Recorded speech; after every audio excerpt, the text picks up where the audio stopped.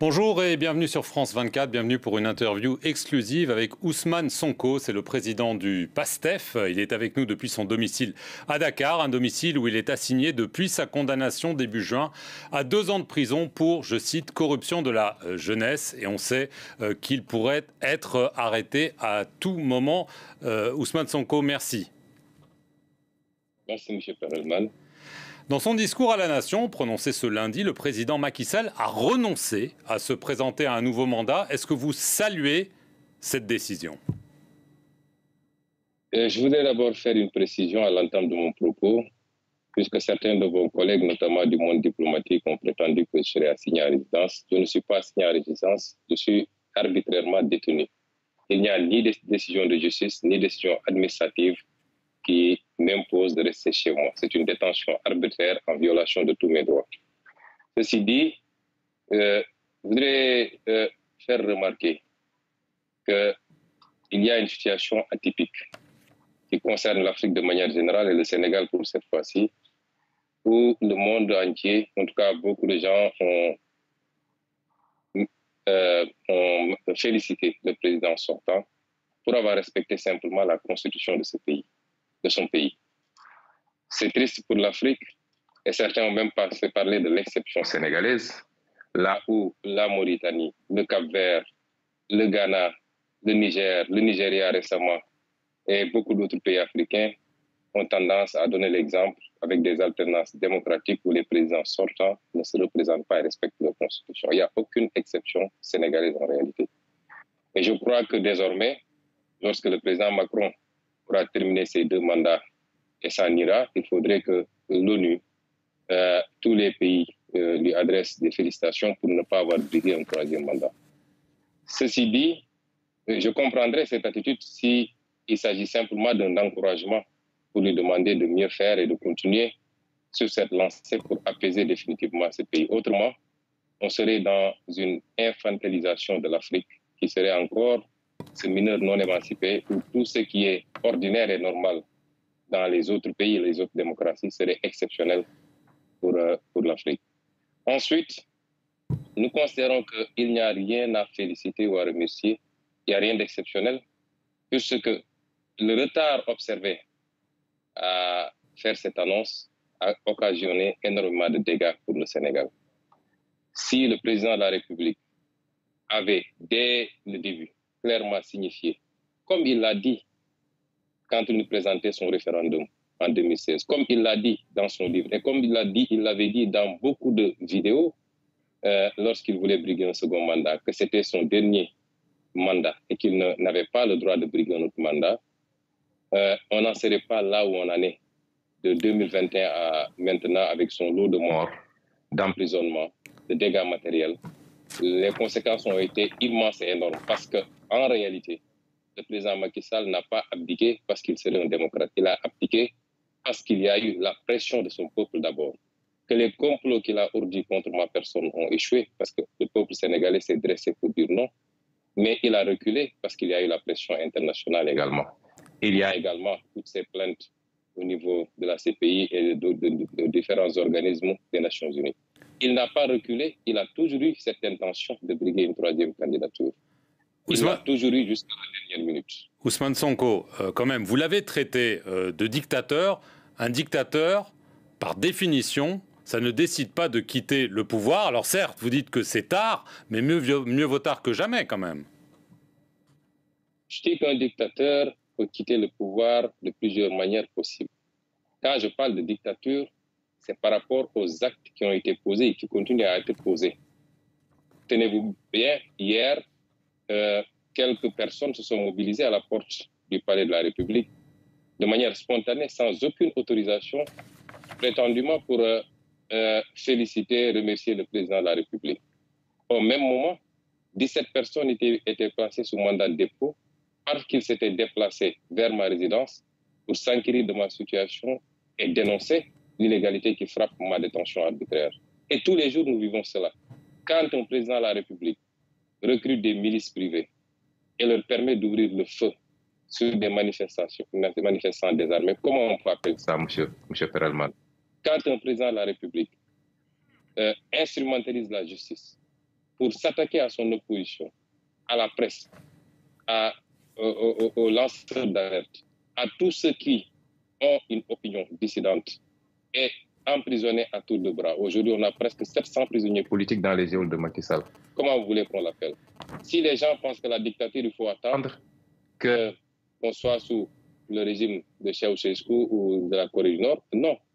Pour un pays comme le Sénégal, qui a connu la démocratie, qui a grandi dans la démocratie et la liberté, ce qui s'est passé ces 10 dernières années est scandaleux et catastrophique. Jamais le Sénégal n'a connu ce niveau de violence d'État. Et c'est pourquoi je parle de dictature. Et je dis, je le réitère, le président de la République a cédé à la pression populaire et à la pression internationale. Et ce n'est qu'un premier pas. Juste une question. Est-ce qu'il y a, en ce moment même, entre vous et le président, ou entre vous et le pouvoir, des discussions pour essayer de trouver une solution qui permette, en effet, d'avoir une élection présidentielle inclusive, ou est-ce qu'il n'y a absolument pas de contact entre vous et Macky Sall? Au moment où je vous parle, il n'y a aucun contact officiel ou officiel entre moi et le président Macky Sall. Et je voudrais dire simplement que voilà un homme qui, pendant des années, s'est acharné sur ma personne et sur mon parti politique, a utilisé tous les leviers d'État, la violence policière, les milices, l'instrumentalisation de la justice, qui s'est attaqué à ma personne, à ma famille. Figurez-vous qu'il a fallu que je donne mon téléphone, mon ordinateur portable à mes enfants pour qu'on l'amène chez le voisin pour pouvoir recharger, parce que depuis hier, nous sommes confrontés à un problème d'électricité et la police refuse que l'électricien accède à mon domicile. Cette violence sur moi et sur ma famille, cette persécution, j'ai été attaqué physiquement. Mon domicile a été brisé, mes vitres ont été brisées sur la route du tribunal. Ce qui s'est passé avec moi ne s'est jamais passé. Mais nonobstant tout ça, j'ai tendance à dire que nous sommes prêts à pardonner. Nous avons même pardonné et nous oublions. Vous êtes prêt à discuter avec Macky Sall pour pouvoir trouver un chemin vers la présidentielle? Ma candidature, je veux dire à M. Perelman ce que je veux dire. Rien n'a été fait pour le moment. Nous avons vu une certaine presse nationale et internationale même.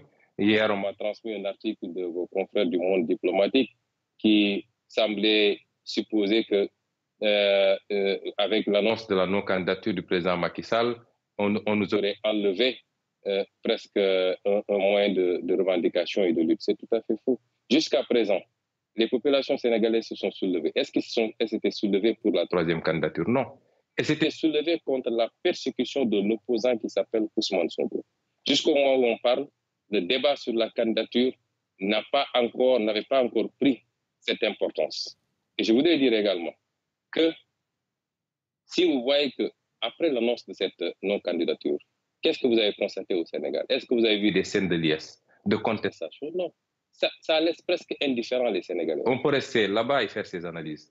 Ce que les Sénégalais exigent aujourd'hui, c'est des élections libres, transparentes, inclusives, et que les Sénégalais puissent librement choisir leur président. Ce n'est pas à Macky Sall de choisir le prochain président. Je ne suis même pas sûr qu'il puisse choisir un candidat consensuel dans son propre camp.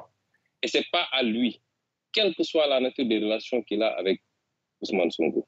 Je n'ai jamais éprouvé de haine vis-à-vis de cet homme. Est-ce que vous lui tendez la main? Est-ce que vous lui dites, écoutez, vous avez fait un geste sous la pression de la rue, d'après votre interprétation, maintenant, asseyons-nous autour d'une table et parlons pour, en effet, apaiser la situation? Monsieur Perelman, nous sommes des patriotes, nous aimons ce pays et nous n'avons rien d'autre que ce pays. Et tout ce qui peut apaiser ce pays, nous sommes prêts à faire les sacrifices. Mais nous ne serons jamais dans certaine logique, puisque le président Macky Sall pense que pour pouvoir discuter avec quelqu'un, il faut d'abord le soumettre par des décisions de justice télécommandées, par la violence policière. Nous sommes des hommes, des êtres dignes et fiers. On ne discute pas le couteau à la gorge. Tout ce qui peut apaiser ce pays, et il y va de son intérêt d'abord. Je dis, si le président Macky Sall pense qu'il peut utiliser les 7 prochains mois, les 7 mois qui restent de son mandat, pour continuer à essayer de persécuter le président Ousmane Sonko, il se trompe. Nous résisterons, comme nous l'avons toujours fait. Et c'est pourquoi J'ai dit qu'aujourd'hui, l'annonce de sa non-candidature n'a absolument rien réglé dans ce pays. Ce que les Sénégalais veulent et ce que la communauté internationale veut. Parce que j'ai lu beaucoup de communiqués. Hier, je lisais le communiqué de l'Union européenne qui a terminé par exiger des élections inclusives, transparentes pour permettre au peuple sénégalais de choisir. Nous n'avons pas, nous, à négocier cela.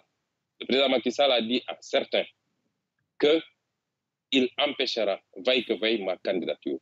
Parce que c'est lui la République, c'est lui la justice, c'est lui le Conseil constitutionnel, c'est à lui de dire qui va être candidat et qui ne va pas l'être. Et je peux vous assurer qu'il n'y aura pas d'élection dans ce pays. Ou alors ce sera dans un chaos indescriptible si par des combines judiciaires, le président Macky Sall voulait empêcher ma candidature. Rapidement, Ousmane. Nous lui souhaitons de terminer ce mandat en beauté et de pouvoir partir dans la sérénité, lui et sa famille. C'est tout le mal que nous lui souhaitons. Il faut qu'il comprenne que ça ne peut pas continuer comme ça et qu'il n'a pas hérité ce Sénégal de ses parents. Il ne l'a pas acheté au marché. Le Sénégal appartient à 17 millions de Sénégalais et la majorité de ces Sénégalais veulent de la candidature du président Ousmane Sonko. Et ma conviction, c'est que si on va aux élections, le jour de l'élection, 1 heure de temps après la clôture, la fermeture des bureaux de vote, je serai déclaré vainqueur au premier tour.